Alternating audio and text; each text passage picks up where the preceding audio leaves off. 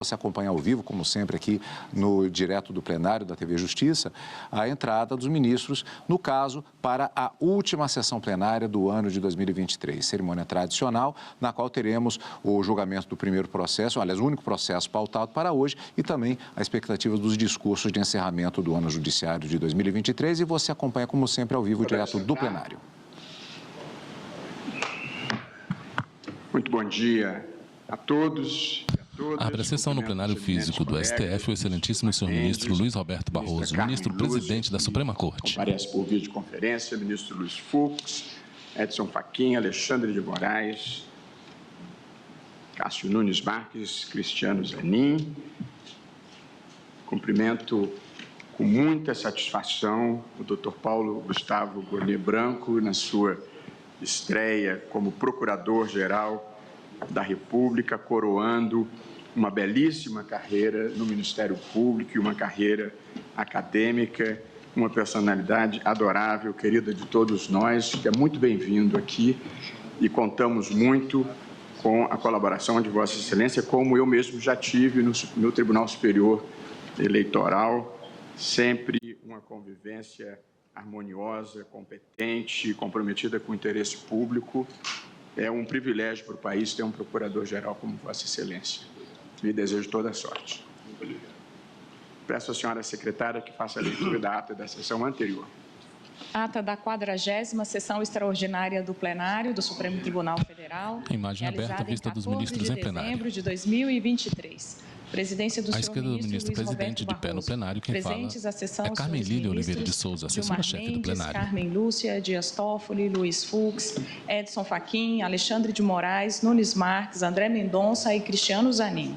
Procuradora-Geral da República em exercício, doutora Eliseta Maria de Paiva Ramos. Abriu-se a sessão às 14h35, sendo lida e aprovada a ata da sessão anterior. Não havendo objeção quanto à ata, declaro-a aprovada. Chamo para julgamento o recurso extraordinário 1.355.208 da relatoria da ministra Carmen Lúcia. Quem fala é o ministro Luiz Roberto Barroso, presidente do STF. O recurso de Santa Catarina, recorrente ao município de Pomerode. Recorrido é ACMM Serviços de Energia Elétrica Limitada.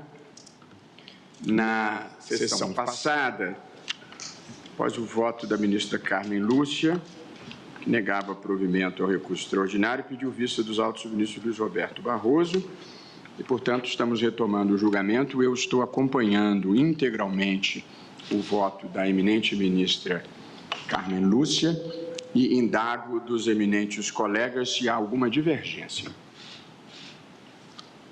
Senhor presidente, eu farei juntada de votos por escrito, mas eu dou provimento ao recurso do município. E quanto à tese que Vossa Excelência já fez circular, vencido, eu acompanho na tese Vossa Excelência. Muito grato, ministro Dias Toffoli. Indago se algum outro colega diverge em relação... Eu também tinha anotado nesse sentido, para manter o tema 109 e, com a mais respeitosa vênia, estava divergindo da relatora para dar provimento ao recurso, para que, reformando a sentença recorrida, a execução fiscal tivesse seu regular processamento. Mas, indo à tese, depois vou fazer pontuações. Muito grato. Portanto, nós tínhamos discutido a questão... Vamos chegar à tese agora. Saudar Vossa Excelência, saudar nosso novo Procurador-Geral da República, que é uma cidade saudá-lo. Eu aqui estava dando só provimento parcial para demonstrar... É possível o Poder Judiciário extinguir a execução fiscal de baixo valor por falta de interesse de agir, haja vista a modificação legislativa posterior ao julgamento do REA. Luiz Fux, ministro do STF. A existência de indícios de bem, direito à atividade econômica dos devedores, úteis à satisfação integral do débito e a existência de outras execuções fiscais em face do mesmo devedor, em termos do mesmo órgão judicional, somadas às quais a execução de pequeno valor possa justificar o uso do aparelho judicial. Mas vamos discutir a tese, é parcial provimento. Tá bem. Tá? Mas aí é reajuste no penal. E sendo assim, proclamo o resultado. O tribunal, por maioria,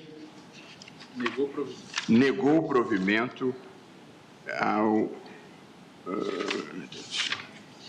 O tribunal, por maioria, negou o provimento ao recurso nos termos do voto da relatora, vencidos os ministros. Ministro Luiz Roberto Barroso, presidente do STF. E parcialmente o ministro Luiz Fux. E agora eu passo a palavra à eminente ministra, querida ministra Carmen Lúcia, para a proposta de tese de Sua Excelência, que já foi devidamente distribuída aos colegas. Por favor, ministra Carmen Lúcia, Vossa Excelência tem a palavra. Bom dia, senhor presidente, senhores ministros, o Procurador-Geral da República, a quem cumprimento de uma forma especial nesta primeira sessão, de muitas que se seguirão. Por videoconferência, a excelentíssima senhora ministra Carmen Lúcia, ministra do STF. Vossa Excelência, os senhores advogados, servidores, todos que nos acompanham. Senhor presidente, como Vossa Excelência já fez o encaminhamento a tese a todos os ministros, daquilo que discutimos a partir do que tinha sido só a primeira parte já enunciada no meu voto, com os acréscimos que foram, então, sendo devidamente construídos. E leio, portanto, o que foi, até aqui, uma possibilidade, uma proposta de tese de consenso, considerando a negativa de provimento, portanto, que se deu, como Vossa Excelência acaba de proclamar, por maioria. A tese seria: 1. É legítima a extinção de execução fiscal de baixo valor pela ausência de interesse de agir, tendo em vista o princípio constitucional da eficiência administrativa. 2. O ajuizamento da execução fiscal dependerá de prévia adoção de uma das seguintes providências: a. Tentativa de conciliação ou adoção de solução administrativa; b. Protesto do título, salvo por motivo de eficiência administrativa, comprovando-se a inadequação da medida. 3. O trâmite de ações de execução fiscal não impede os entes federados de pedirem a suspensão do processo para a adoção das medidas previstas. Na pauta, recurso extraordinário número 135.058, por menor de Santa Catarina contra a CMN, Energia Elétrica LTDA. Apenas assinalando, Vossa Excelência também já conversou comigo sobre, que nós estamos abrindo a possibilidade, portanto, aqui, ou acolhendo essa possibilidade que nós entendemos que haveria no ordenamento jurídico, de alguns modelos, alguns caminhos para tentativa de conciliação ou soluções administrativas. Não é cabal, o exemplo que eu fiz constar no meu voto era de câmaras de conciliação ou outras medidas que os municípios possam entender cabíveis no sistema, portanto, com garantia do devido processo administrativo. Mas esta tese, senhor presidente. Muito obrigado, ministra Carmen Lúcia. Indago dos eminentes colegas se estão de acordo com a tese proposta pela relatora. Presidente, eu tinha trazido uma proposta que acrescentava algo já no primeiro item, dizendo: é legítima a extinção da execução fiscal de baixo valor por ausência de interesse de agir, tendo em vista o princípio constitucional da eficiência administrativa, desde que observada a tese fixada no tema 109 da repercussão geral quanto à competência tributária do ente público. Olha, na verdade, eu não considero esse acréscimo problemático, porque o que se discutiu aqui nesse caso não foi propriamente a possibilidade de heteronomamente se estabelecer um limite. De fato, o Estado estabeleceu um limite máximo, um limite mínimo para a execução. Mas o juiz não considerou o critério da lei estadual, que era até mais alto. O juiz considerou que o critério era irrisório.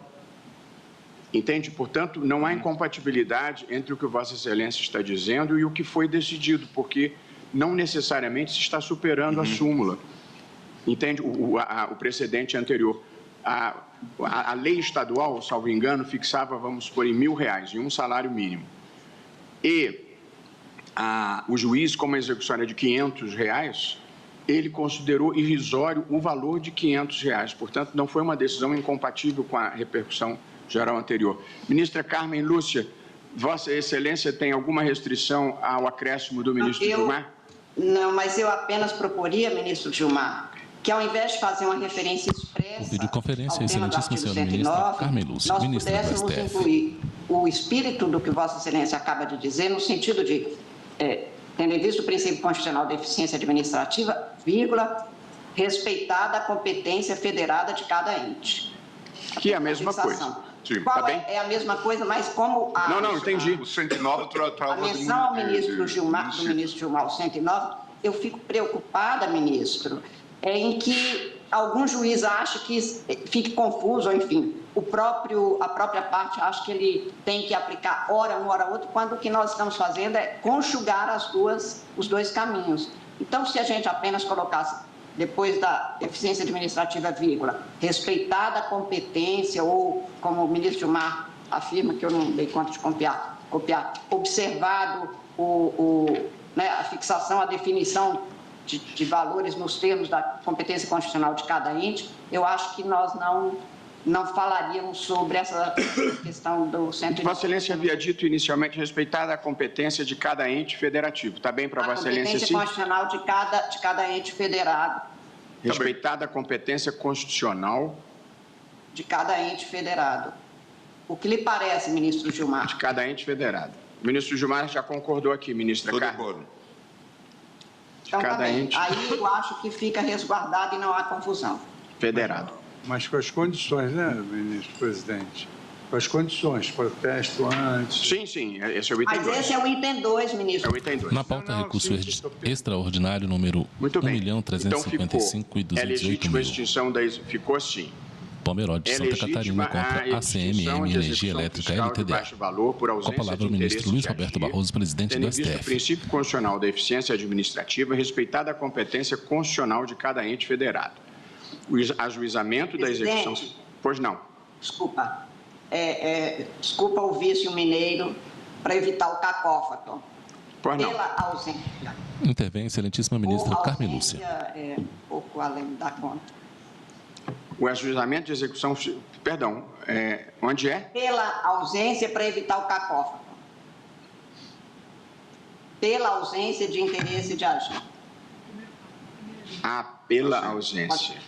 Ok. Pela ausência. 2. O ajuizamento da execução fiscal dependerá da prévia adoção das seguintes providências: tentativa de conciliação ou adoção de solução administrativa e protesto do título, salvo por motivo de eficiência administrativa, comprovando-se a inadequação da medida. E 3. O trâmite de ações de execução fiscal impede os entes federados de pedirem a suspensão STF julga se é possível a instituição de execução fiscal municipal de baixo valor. Nesse caso, o juiz ser comunicado do prazo para as providências cabíveis. Eu gostaria também de fazer uma pequena consideração, presidente, em relação ao item 2, dizendo que o ajuizamento da execução fiscal de pequeno valor dependerá da prévia adoção das seguintes providências. Com a palavra o ministro Gilmar Mendes. Mas aí é uma mudança relevante.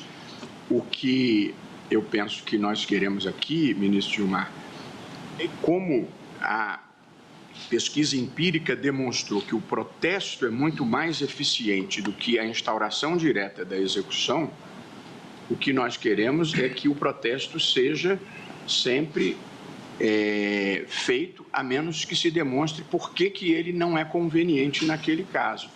Portanto, aí é uma questão de eficiência importante, independentemente do valor. É que surgem várias objeções. Eu ouvi das próprias autoridades fazendárias, autoridades da Procuradoria da Fazenda, por exemplo, que o protesto é Gilmar pouco Mendes, ministro do STF. em relação às pessoas jurídicas.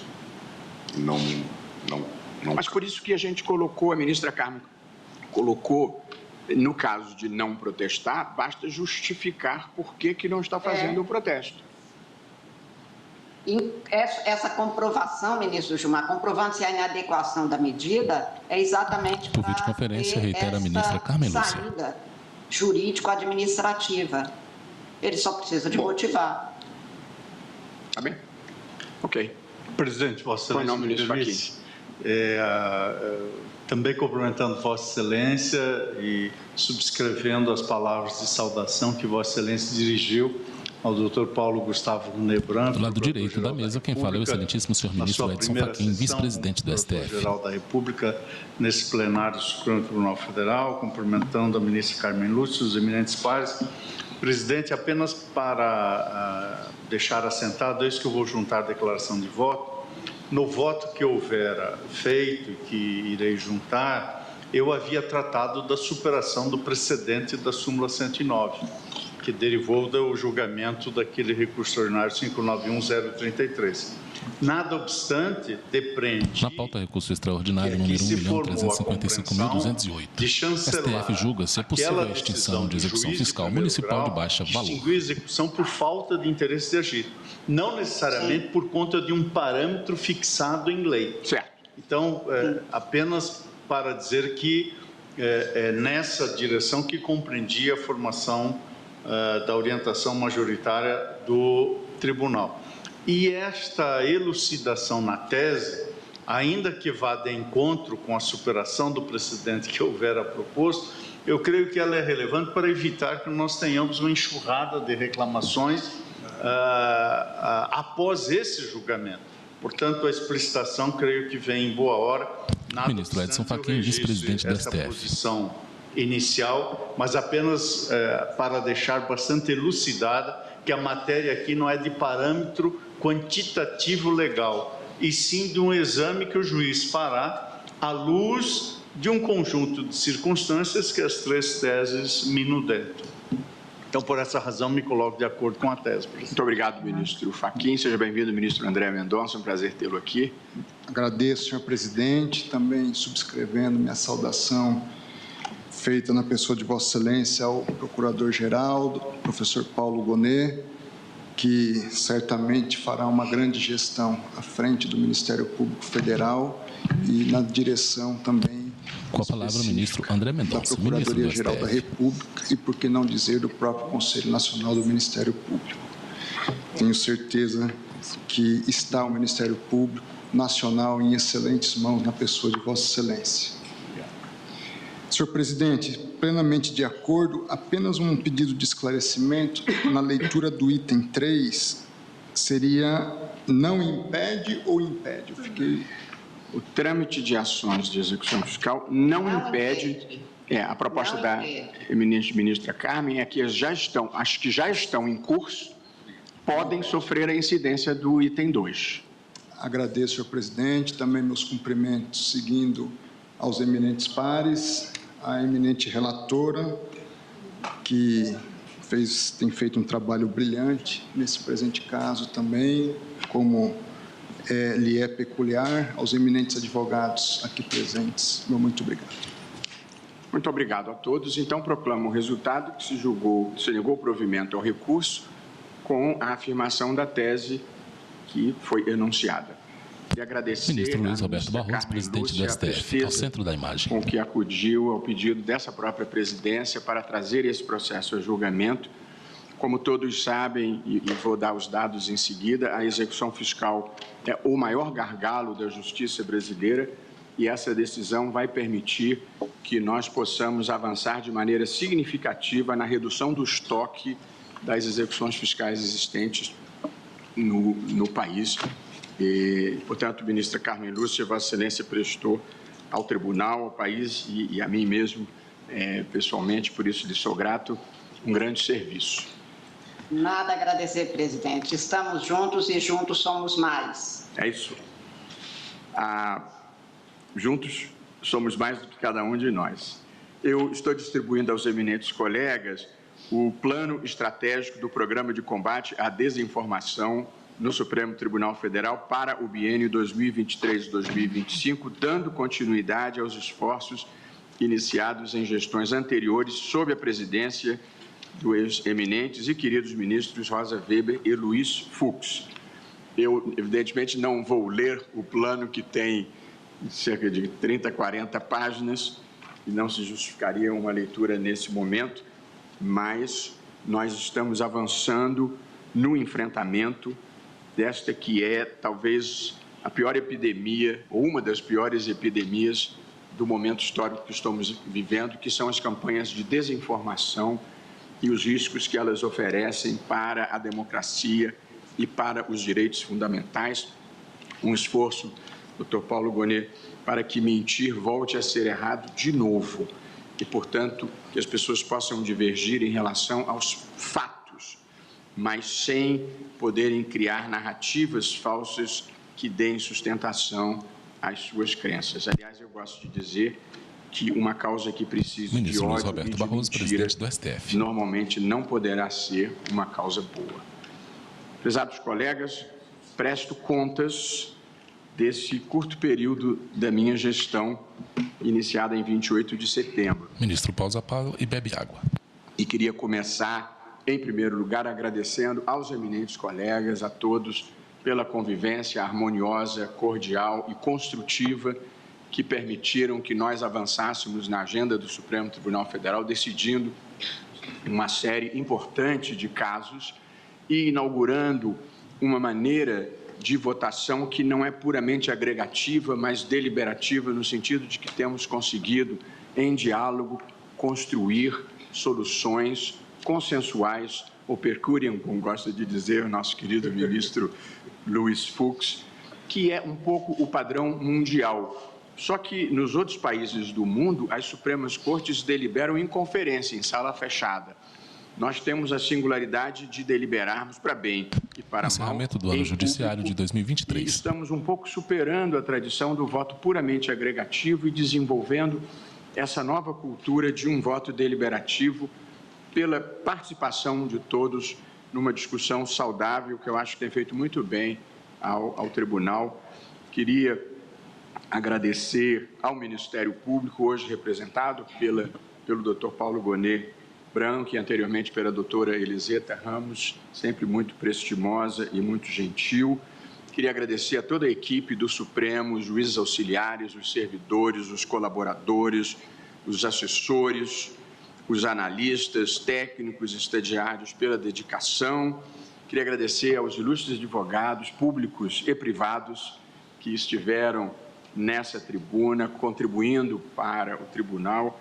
A advocacia é a grande responsável pelo desenvolvimento da jurisprudência, as ideias, as teses, as ousadias que mudam o direito costumam vir de iniciativas da advocacia, tanto privada quanto pública, e o advogado é, de fato, indispensável. A imagem vista dinâmica do plenário do Supremo Tribunal Federal. Na pauta, encerramento do ano judiciário 2023. Tribunal Federal, sempre com cortesia e relatando a sua percepção do que se passa aqui, ajudando a esclarecer a opinião pública, fazendo as críticas quando elas são pertinentes, ou às vezes até quando a gente diverge, mas a vida é feita de críticas e de elogios, e a imprensa desempenha um papel vital na democracia brasileira, e mesmo na resistência democrática que esse tribunal conduziu, nenhum tribunal é capaz de impedir o avanço autoritário sozinho. E, portanto, isso só foi possível porque a sociedade civil, a classe política e a imprensa, de maneira muito relevante, estiveram do lado das instituições.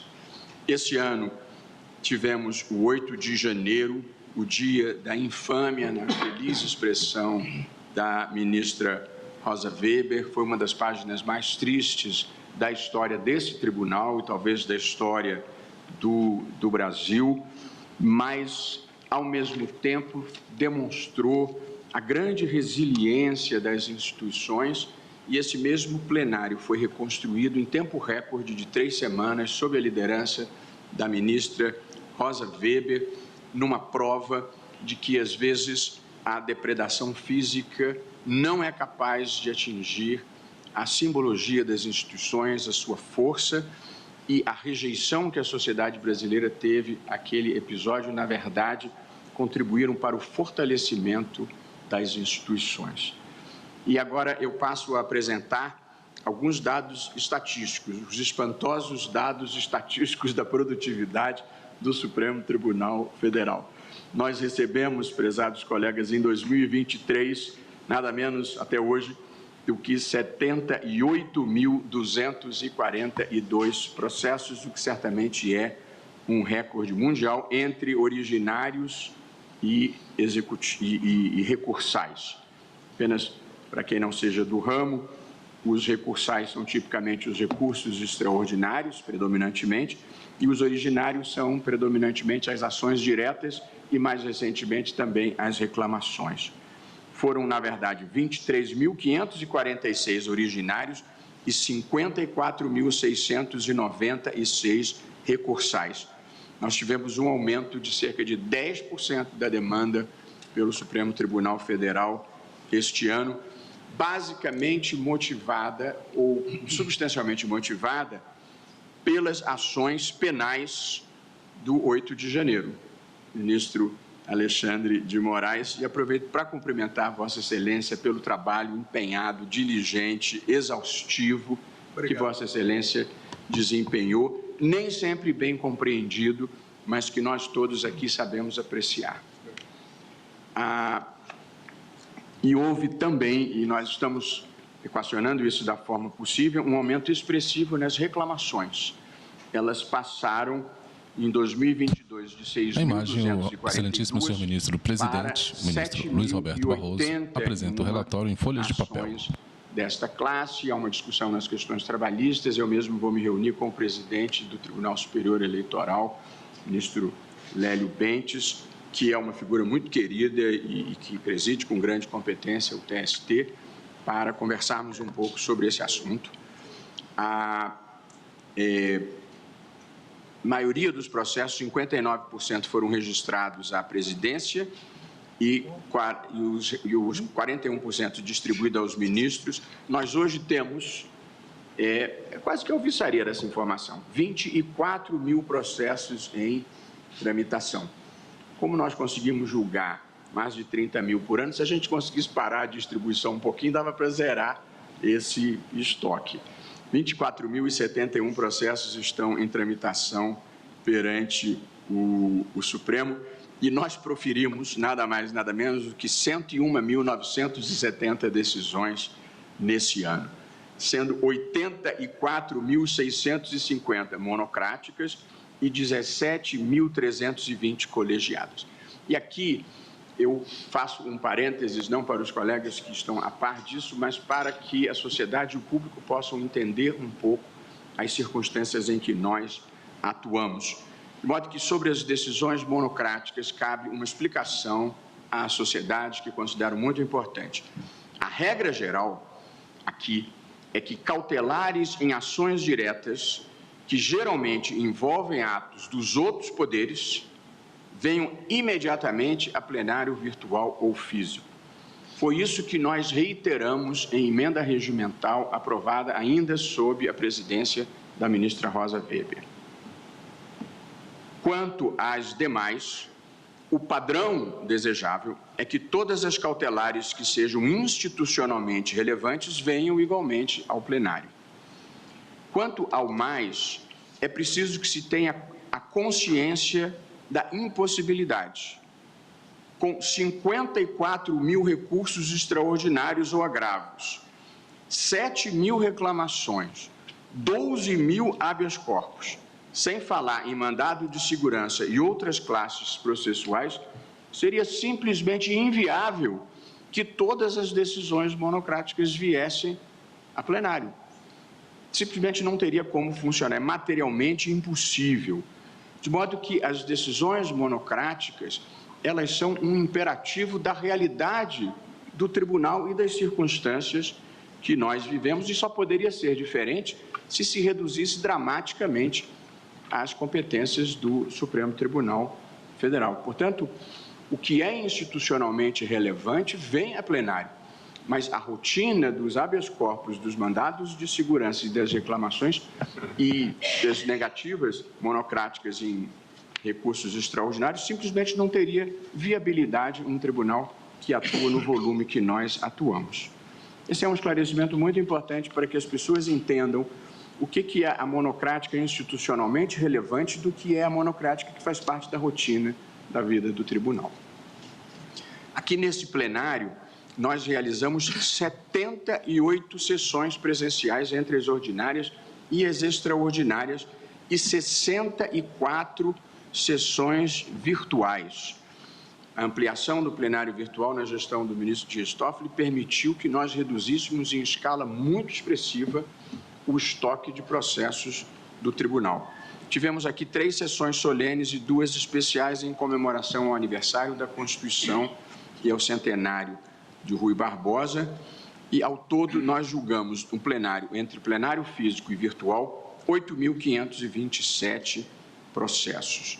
A primeira turma julgou 4.690, a segunda turma julgou 5.019 e nós publicamos 17.267 acórdãos. Quanto à repercussão geral, nós também tivemos uma evolução muito expressiva. Em primeiro lugar, a percepção de que só devemos reconhecer um número limitado de repercussões gerais, sobretudo porque, pela legislação, como regra geral, elas suspendem todos os processos relacionados, de modo que, se nós concedermos repercussão geral em um número excessivo e demorarmos para julgá-los, a gente bloqueia o julgamento de uma quantidade muito grande de processos. Nós concedemos, na verdade, neste exercício, 18 repercussões gerais e reafirmamos a jurisprudência em 8 temas e julgamos o mérito de 48 repercussões gerais. Esses são os números principais que gostaria de compartilhar com todos na tradição da prestação de contas e da transparência desse tribunal. Julgamos uma quantidade muito expressiva, e aqui eu só vou prestar contas a partir de 28 de setembro, porque a eminente ministra Rosa Weber já prestou as contas da gestão dela. Mas nós julgamos um conjunto, concluímos o julgamento de um conjunto expressivo de julgamentos importantes, que eu destacaria aqui. Na ADPF 347, da qual eu mesmo fui o redator para acórdão, nós reiteramos o estado de coisas inconstitucional no sistema prisional e determinamos ao governo federal que, em 90 dias, elabore um plano para enfrentamento desse problema do excesso de entrada, da má qualidade das vagas e da permanência além do tempo, e já previmos que, apresentado o plano pela União Federal, os estados também terão um prazo de 90 dias para apresentar o seu próprio plano. Considero que esse é um precedente importante no enfrentamento da questão prisional no Brasil. Esse é um problema global, o equacionamento da questão carcerária e do hiperencarceramento, mas acho que nós vamos conseguir avançar nessa matéria. Julgamos também a ADO 20, redator para acórdão o ministro Luiz Edson Fachin, que fixou o prazo de 18 meses para o Congresso legislar sobre a questão da licença paternidade. Se o Congresso não legislar, a matéria voltará para esse plenário, mas temos muita confiança de que essa matéria será deliberada e resolvida pelo Congresso Nacional, como desejavelmente deve ser. Julgamos, sob a relatoria do ministro Dias Toffoli, a DPF 779, que declarou a inconstitucionalidade da tese da legítima defesa da honra no tribunal do júri e, assim, abolindo a possibilidade jurídica de se sustentar uma tese que, em muitos casos, legitimou o feminicídio na história brasileira. Julgamos as ADIs 6298, 99, 300 e 305, sob a relatoria do ministro Luiz Fux, em que se decidiu pela constitucionalidade das inovações do pacote anticrime, inclusive a figura do juiz das garantias. Tivemos um conjunto relevante de sessões debatendo esse assunto, como todos se recordarão. E, nesse momento, temos um grupo de trabalho constituído no Conselho Nacional de Justiça, sob a presidência do ministro Rogério Schietti, do Superior Tribunal de Justiça, para regulamentarmos o funcionamento e a aplicação da decisão do Supremo Tribunal nessa matéria.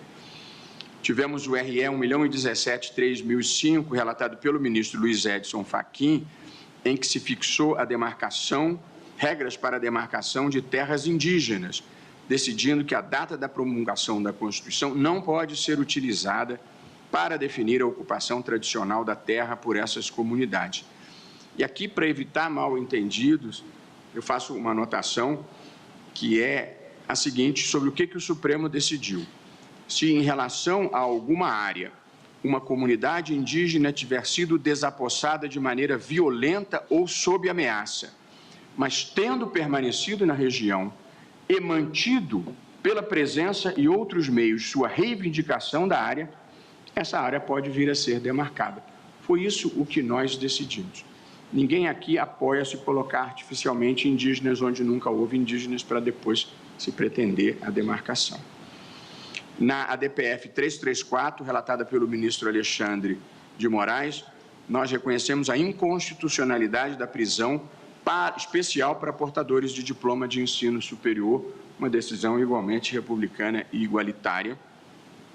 Na ADPF 1013, da qual eu fui relator, o tribunal decidiu, numa decisão que também considero muito importante, por unanimidade, que o poder público tem a obrigação de fornecer, em dias de eleições, transporte público coletivo de forma gratuita, que é uma forma de se democratizar a participação eleitoral, que tinha um caráter, na prática, censitário, porque muitas pessoas não tinham condições financeiras de comparecer às sessões eleitorais para votarem. Nós, na recurso extraordinário 842-844, tema 542, também relatado pelo ministro Luiz Fux, o tribunal decidiu que a gestante contratada pela administração pública por prazo determinado tem direito à licença maternidade e à estabilidade provisória, também uma decisão importante na proteção da maternidade, sobretudo da criança. O recurso extraordinário 955227, de que eu fui redator, em que o Supremo tratou dos efeitos temporais das decisões transitadas em julgado em matéria tributária, quando a Corte profere decisões contrárias em ação direta ou em sede de repercussão geral. Na ADI 7066, 7070 e 7078, relatada pelo ministro Alexandre de Moraes, nós declaramos a constitucionalidade da norma que prevê a cobrança do DIFAL, da diferença de alíquota de ICMS pelos estados, mas que ela só poderia ocorrer após 90 dias contados da publicação da lei. E no ARI 1.108.459, relatado pelo ministro Gilmar Mendes, julgado em 12 de setembro de 23, o tribunal declarou a constitucionalidade da contribuição sindical assistencial, que é facultativa, deve ser prevista em acordo coletivo e se destina a remunerar a atuação do sindicato, notadamente nas negociações coletivas bem-sucedidas, em linha de coerência com os precedentes desse tribunal, que procurou valorizar as negociações coletivas. Essas são, prezados colegas, algumas decisões que eu considero marcantes nesse curto período da minha presidência e, mais uma vez, agradecendo a colaboração e a convivência harmoniosa de todos os colegas que permitiram nós avançarmos em pautas muito importantes.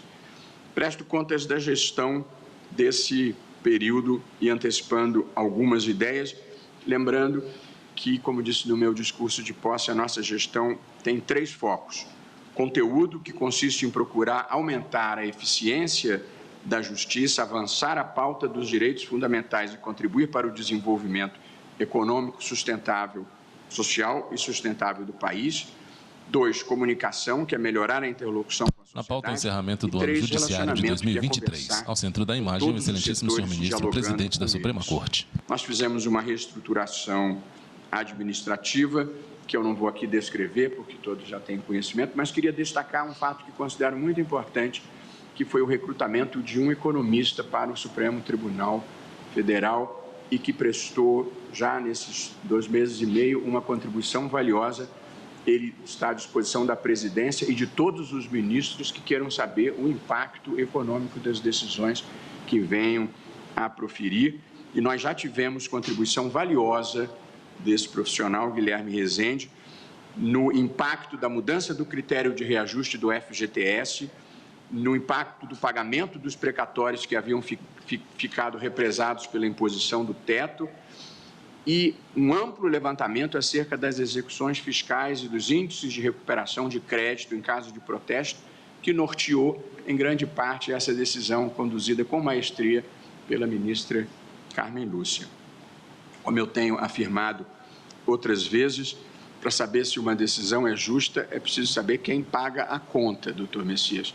e se a conta for paga pelo Tesouro, na verdade, quem está pagando é algum pobre, porque a arrecadação tributária no Brasil recai predominantemente sobre as pessoas pobres, porque... Com a palavra, o excelentíssimo senhor ministro Luiz Roberto Barroso, presidente do STF. Tributos sobre consumo, que é pago pela maioria da população brasileira, que ganha menos de 3 salários mínimos mensais.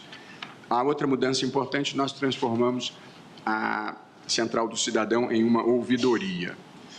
A partir do início da gestão, também na linha comunicação com a sociedade, nós instituímos um formato chamado informação à sociedade. Depois de todo julgamento, nós procuramos fazer em linguagem simples para auxiliar o trabalho dos setoristas e da sociedade em geral, uma explicação sobre as decisões. O judiciário muitas vezes tem uma linguagem pouco inteligível para o público em geral, e essa informação à sociedade, ao final de todo julgamento importante, procura tornar acessível para a sociedade o conteúdo das nossas decisões. E também fizemos uma mudança muito importante, aprovada pela maioria, com a ressalva compreensível e legítima do ministro Fux, que foi a volta dos julgamentos das ações penais para as turmas.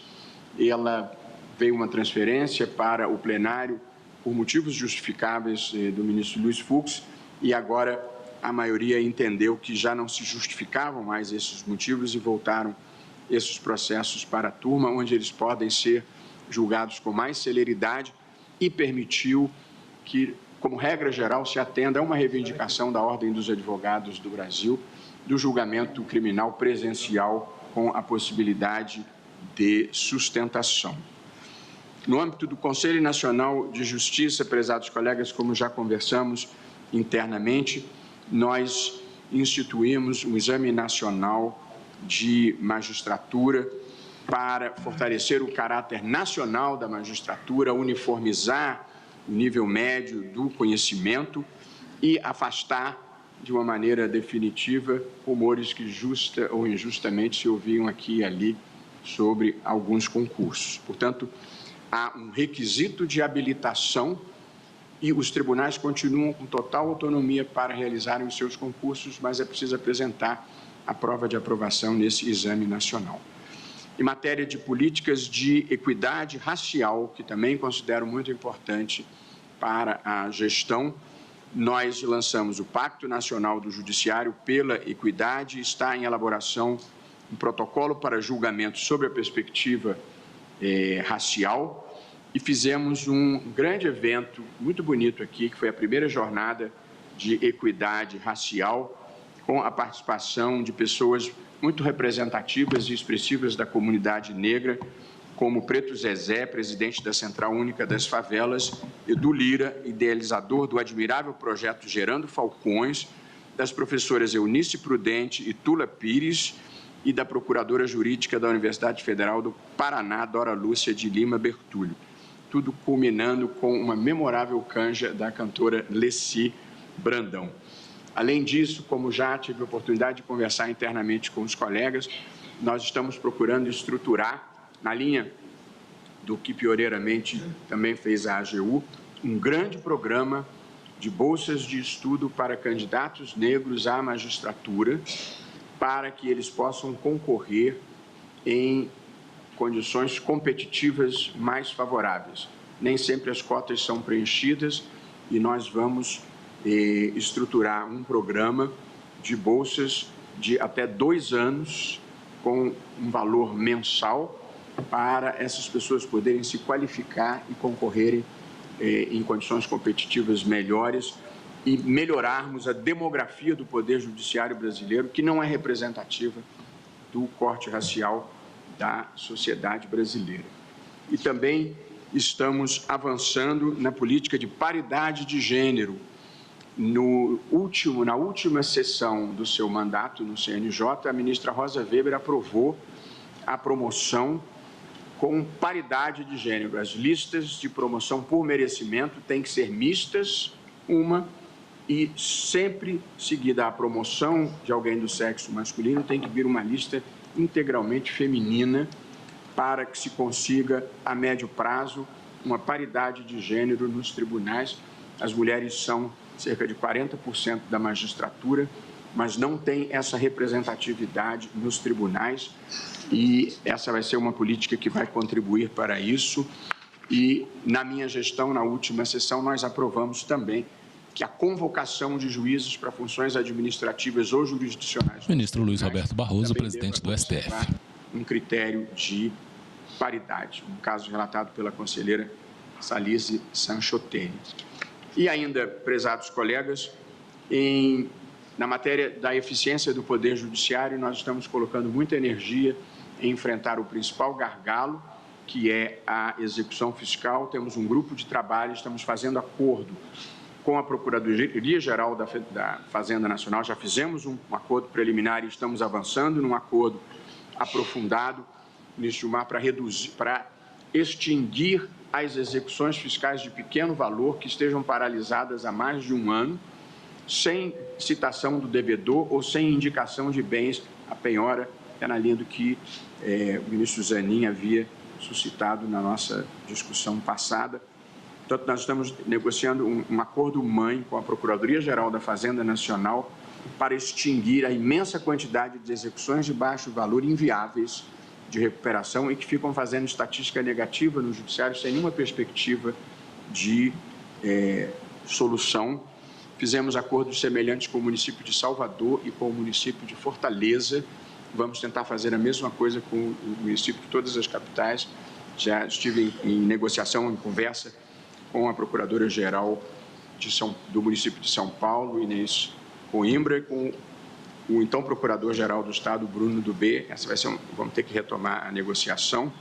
E temos um grupo de trabalho no CNJ buscando soluções e estamos nos reunindo com o INSS, principal cliente da Justiça brasileira, para tentarmos equacionar alguns dos problemas que fazem com que exista essa litigiosidade tão grande em relação ao INSS.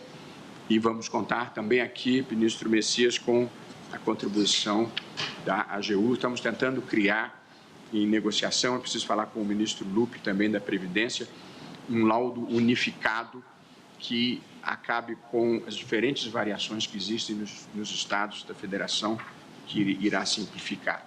Fizemos também um pacto nacional do judiciário pela linguagem simples para melhorar a interlocução com a sociedade. Nós somos uma gente estranha que fala coisas do tipo, no aforamento, havendo uma pluralidade de enfiteutas, elege-se um cabecel, e, portanto, nós precisamos ser capazes de nos comunicar melhor com a sociedade. Estamos empenhados em produzir cartilhas e informações para os diferentes tribunais para nos comunicarmos melhor. No plano das relações internacionais, eu estive no Global Constitutionalism Seminar na Universidade de Yale, que reúne juízes de Supremas Cortes de todo o mundo. Estive em eventos internacionais, sempre a convite, queria registrar, e nesses eventos estive com o presidente da Corte Constitucional da Alemanha, do Reino Unido, e estive no Conselho Constitucional francês.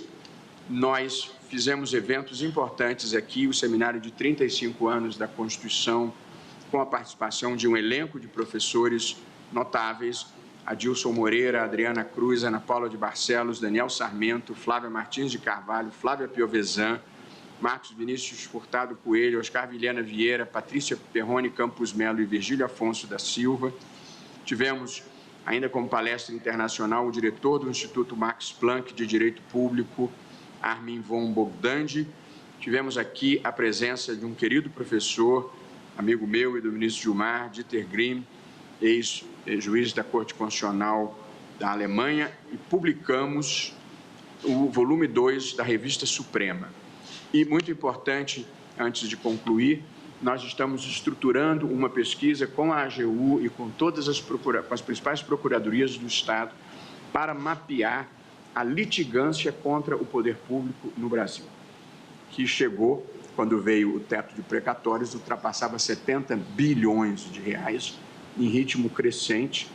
Esse é um volume, ministro Fachin, totalmente fora do padrão mundial e, portanto, com financiamento do BNDES, e agradecendo aqui ao presidente Aloysio Mercadante, que vai financiar uma pesquisa doméstica e internacional para nós mapearmos a litigância contra o poder público, as suas causas, o que acontece em outros países do mundo, seja desenvolvido, seja que tenha mais afinidade com o Brasil, para nós conseguirmos fazer um diagnóstico e procurarmos enfrentar as causas dessa litigiosidade contra o poder público, que custa quase 100 bilhões de reais por ano ao país, numa desproporção que nós temos que identificar causas e resolver. O problema que isso representa é porque, evidentemente, se 100 bilhões vão para pagar condenações judiciais, é dinheiro que não está indo para outras demandas importantes da sociedade brasileira. São essas, prezados colegas, queridos amigos, com quem compartilho a aventura de prestar jurisdição no Brasil, as informações que gostaria de transmitir aos colegas e à sociedade brasileira em geral do que aconteceu nesses 2 meses e meio da minha gestão. Eu queria concluir, portanto, desejando a todos um Natal muito feliz e muito abençoado, e que venha um ano novo com muito trabalho, porque a gente não consegue escapar, mas que nós possamos todos continuar trabalhando dessa forma construtiva e harmoniosa com que trabalhamos. É, para mim, um prazer, uma alegria, um privilégio poder presidir o Supremo com essa composição e podermos avançar para fazermos um país melhor e maior. Doutor Messias deseja fazer uso da palavra?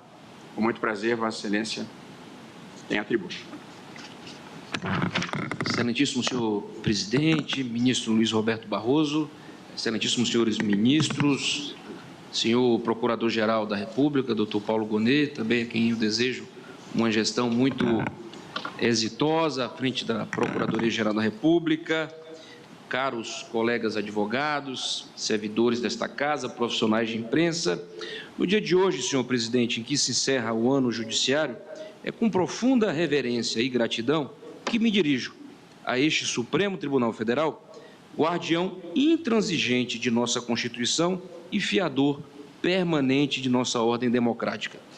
Frente a roubos autoritários, como os lamentáveis atos golpistas de 8 de janeiro, esta Corte se portou como era de se esperar, com altivez e firmeza. Reafirmou a supremacia da Constituição, deixando claro que as liberdades democráticas são inegociáveis e estão sob a guarda inabalável deste tribunal. Não há dúvida de que o ano judiciário que agora termina foi um período de desafios e conquistas, período de reconstrução, de retomada de compromissos assumidos pelo Estado brasileiro na defesa do bem-estar econômico da população, dos direitos das minorias, do meio ambiente e da segurança jurídica.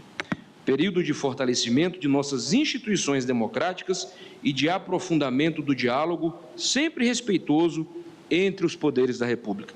Nesse contexto, a Advocacia-Geral da União teve a honra e a responsabilidade de representar o Estado brasileiro perante essa Suprema Corte e perante os demais órgãos do Poder Judiciário. Atuamos em todas as instâncias na proteção do erário e em prol das políticas públicas definidas por aqueles que, seja no Executivo ou no Legislativo, possuem a legitimidade democrática das urnas. A AGU, em sua missão de representar o poder público federal em juízo, reiterou o seu compromisso com o Estado democrático de direito, contribuindo para um Brasil mais justo e equitativo. Além disso, a Advocacia Geral desempenhou um papel vital no fortalecimento do diálogo entre os poderes. Em um ano marcado por intensos debates e desafios institucionais, trabalhamos incansavelmente para promover a harmonia e o equilíbrio necessário para a estabilidade política, econômica e social do país. A AGU se orgulha de ter sido ponte no diálogo construtivo essencial para a manutenção do respeito mútuo entre as diferentes esferas de poder. Nesse sentido, aqui merece destaque o fato de que, em 2023, atuamos de forma ainda mais intensa para a resolução de desafios históricos da sociedade brasileira frente a quadros de violação sistemática de direitos fundamentais. A título de exemplo, devem ser citadas as ADPF 709, Saúde Indígena, 742, Saúde Quilombola, 760, Desmatamento Ilegal da Amazônia, 973, Combate ao Racismo Estrutural, 976, População em Situação de Rua e 991, Povos Indígenas Isolados e de Recentes Contatos. Em relação a esses processos, é fundamental na pauta encerramento do ano judiciário de 2023, na efetivação dos comandos emanados a imagem advogado de pé na tribuna. Tribunal Federal, os quais demandam uma intensa, complexa e necessária articulação entre diversos órgãos públicos, federais, estaduais e municipais. Também procuramos, senhor presidente, colaborar com esta Suprema Corte na busca da consensualidade e na resolução de litígios no âmbito federativo, ampliando a interlocução com os estados e construindo pontes de diálogo permanente. Neste sentido, podemos citar os acordos celebrados no âmbito da DI 7191 e da DPF 983, em que se discutiam alterações na legislação do ICMS, promovidas pelas leis complementares 192 de 2022 e 194 de 2022, uma economia estimada da ordem de 18 bilhões de reais. Também aqui citamos a instalação de mesa de negociação com vistas à celebração de acordos nas demandas que envolvem o pagamento aos Estados-membros de valores do Fundef. Aqui, sob a relatoria do ministro Edson Fachin, tais processos, cabe lembrar, tramitavam há mais de 20 anos perante o Poder Judiciário. O Acordo Nação Civil Originária 3568, estabelecendo a cooperação mútua entre a União e o Estado de Pernambuco para a gestão integrada do arquipélago de Fernando de Noronha. O início das tratativas com o Estado do Ceará, com vistas à celebração do acordo em relação à concessão do Parque Nacional de Jericoacoara. A AGU também atuou de forma intensa em diversos outros processos em curso perante este Supremo Tribunal Federal, com o intuito não apenas de fazer prevalecer a sua tese, mas também de aperfeiçoar a prestação jurisdicional com um encaminhamento célere, tempestivo, adequado e leal de informações, manifestações e estudos e memoriais. Destaco, nesse contexto, o julgamento das ADIs 7047 e 7064, ambas sob a relatoria de Vossa Excelência, ministro Luiz Fux, embasada em estudos consistentes que demonstravam que, ao longo prazo, o novo regime de precatórios criado pelas emendas constitucionais 113 de 2021 e 114 de 2021 acarretaria prejuízos irreparáveis à credibilidade e sustentabilidade das finanças públicas. Esta Corte, assim, autorizou de forma corajosa e atenta aos ditames constitucionais o imediato pagamento do estoque de precatórios. Cuida-se de mais uma clara demonstração de que a colaboração entre os poderes da República sempre redundará em benefícios para o Brasil e para a sociedade brasileira. Ao olharmos, por fim, para o final de 2023, vemos um capítulo em que a justiça, a democracia e a legalidade saíram fortalecidas. A Advocacia Geral da União permanece comprometida em trabalhar em colaboração com este tribunal, assegurando que as políticas públicas estejam sempre em consonância com os mais altos ideais de justiça e equidade. Ecoando as palavras de Ariano Suassuna, pernambucano de coração: o otimista é um tolo, o pessimista é um chato, bom mesmo é ser um realista esperançoso. Neste espírito de realismo esperançoso, reconhecemos os desafios enfrentados, mas nos mantemos confiantes para o futuro, impulsionados pela força de nossa democracia, que tem nesta Corte uma de suas mais qualificadas trincheiras. Ao nos despedirmos deste ano judiciário, renovamos nossa esperança em um 2024 ainda mais promissor para a justiça e para o povo brasileiro, que continuemos a avançar na construção de um Brasil cada vez mais justo, solidário e democrático. Muito obrigado, um Feliz Natal e um ótimo ano de 2024. Muitíssimo obrigado, doutor Jorge Messias, ministro-chefe da Advocacia Geral da União. e queria pessoalmente cumprimentar Vossa Excelência por um trabalho extremamente bem desenvolvido e, particularmente, por ter atendido aos apelos e tomado a iniciativa própria de enfrentar a questão dos precatórios, que era um cadáver que vinha se colocando dentro do armário da dívida pública brasileira e que, em boa hora e corajosamente, a Advocacia Geral da União, o Ministério da Fazenda, com a participação desse tribunal, ajudaram a equacionar e a enfrentar, para que não se criasse no âmbito federal o mesmo estado de descontrole que, infelizmente, ainda vigora no plano estadual e municipal e que nós temos muita dificuldade de equacionar, depois que o problema foge do controle, para colocar a ordem, fazer a situação voltar aos trilhos é muito difícil.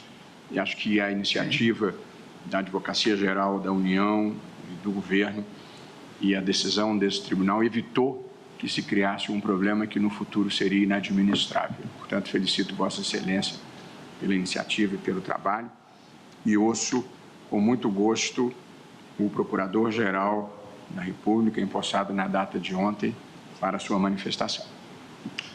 Senhor Ministro-Presidente, Ministro Luiz Roberto Barroso, Senhora Ministra Carmen Lúcia, Senhores Ministros, Senhor Advogado-Geral da União, eu agradeço a afetuosa acolhida de Vossa Excelência, Presidente, e dos seus eminentes pares, e aproveito para parabenizá-lo pela passagem do seu primeiro decênio dentro do Tribunal Superior. Paulo Gonet, Procurador-Geral da República. Ao longo do ano, sou informado de um homem branco, cabelos agrisalhados, traços finos, usa óculos de grau, veste terno azul marinho, gravata branca, camisa branca e gravata azul, usa toga preta. Na pauta, o encerramento do ano judiciário de 2023. Ministros no plenário do Supremo Tribunal Federal. De feitos criminais que as circunstâncias históricas impuseram neste ano. Tenho a satisfação de reconhecer os méritos de gestão de acervo e articulação de teses e argumentos dos meus dois antecessores imediatos nesta cadeira, o Dr. Augusto Aras e a doutora Eliseta Ramos, a quem eu rendo as minhas homenagens e renovo a minha rematada admiração. Nesta última sessão, inicio também a minha jornada frente à Procuradoria-Geral da República. É para mim motivo da mais elevada honra, satisfação cívica e alegria profissional ocupar como titular o lugar à direita do chefe do Poder Judiciário Nacional e desfrutar da estimulante companhia dos mais eminentes juristas que aqui pontificam. Iniciei a minha vida profissional neste tribunal como assessor do ministro Francisco Rezec, meu professor na Universidade de Brasília e meu mestre da vida toda. Desde então, toda a minha vida acadêmica e boa parte da minha vida ministerial teve relação com esta admirada corte. Não poderia deixar de anotar essa circunstância que dará tanto maior crédito ao meu propósito de dar o melhor de mim na parceria institucional com o Tribunal, na realização do bom e do justo. Desejo, enfim, a todos um Feliz Natal e merecido descanso diante do exaustivo trabalho que Vossas Excelências desempenharam e que foram retratados nas palavras do Ministro-Presidente. Muito obrigado. Muitíssimo obrigado, senhor Procurador-Geral da República, doutor Paulo Gonet Branco. Presidente. Pois não, ministro Gilmar Mendes, como decano do Tribunal. Presidente, também gostaria de cumprimentá-lo pelo importante balanço que vem de apresentar essa prestação de contas e que revela o árduo trabalho que vem desenvolvendo já nesses 2 meses de gestão. E certamente muitos dos feitos que aqui foram mencionados demandarão já no próximo ano ou na continuidade do trabalho já agora muita atenção. Ainda ontem, o ministro Toffoli, o ministro Com a palavra, o excelentíssimo senhor ministro Gilmar Mendes, ministro do STF. Sobre o juiz de garantia, que há de propiciar uma verdadeira revolução no sistema processual penal brasileiro. Demanda muita atenção, um redimensionamento, inclusive, das circunscrições judiciais. E isso tem um reflexo importante na área da segurança pública, por isso merece toda a atenção. Vossa Excelência também pontuou a importante ADPF sobre o sistema prisional, um tema que tem a ver com direitos humanos e com segurança pública. Já foi dito que os nossos presídios, essa até é uma expressão do ex-ministro da Segurança Pública, Raul Jungmann, eles são home office do crime e, portanto, é preciso dar atenção a essa temática e, certamente, isto vai demandar ações judiciais e administrativas do Supremo, do CNJ e de todos os tribunais. Tivemos também situações outras que foram construídas aqui, graças também à participação da Procuradoria da Fazenda e da AGU, como a questão complexa do ICMS dos combustíveis, a questão que chegamos a um acordo também numa bela cooperação institucional entre Executivo, Judiciário e os Estados e o Congresso Nacional. Em suma, são muitos feitos dignos de nota. Vossa Excelência também apontou para algo que se tornou, numa dada parte da opinião pública, algo que felizmente parece ser uma batalha de Itararé, que são essas questões ligadas às liminares e aos pedidos de vista, hoje completamente disciplinados dentro do regimento e do Estatuto do Supremo Tribunal Federal.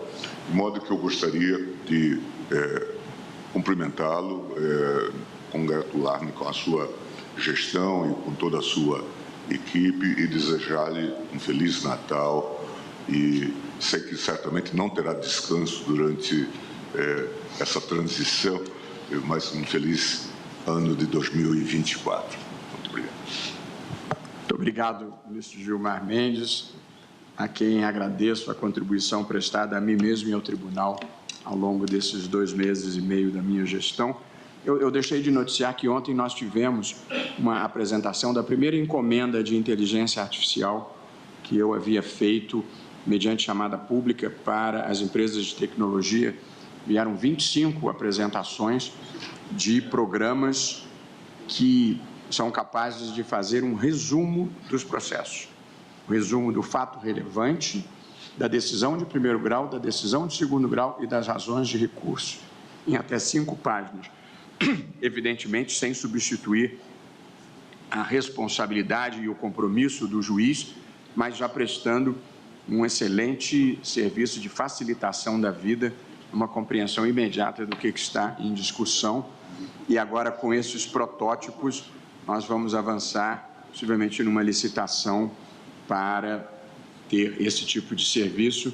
Queria agradecer a nossa secretária de Tecnologia da Informação, que eu vejo que está aqui presente, Natasha de Oliveira, e registro igualmente a presença no plenário da presidente da ANAMATRA, a doutora Luciana Conforte, do vice-presidente Walter Pugliese e do quase eterno presidente Luiz Antônio Colucci, que avistei também daqui à distância.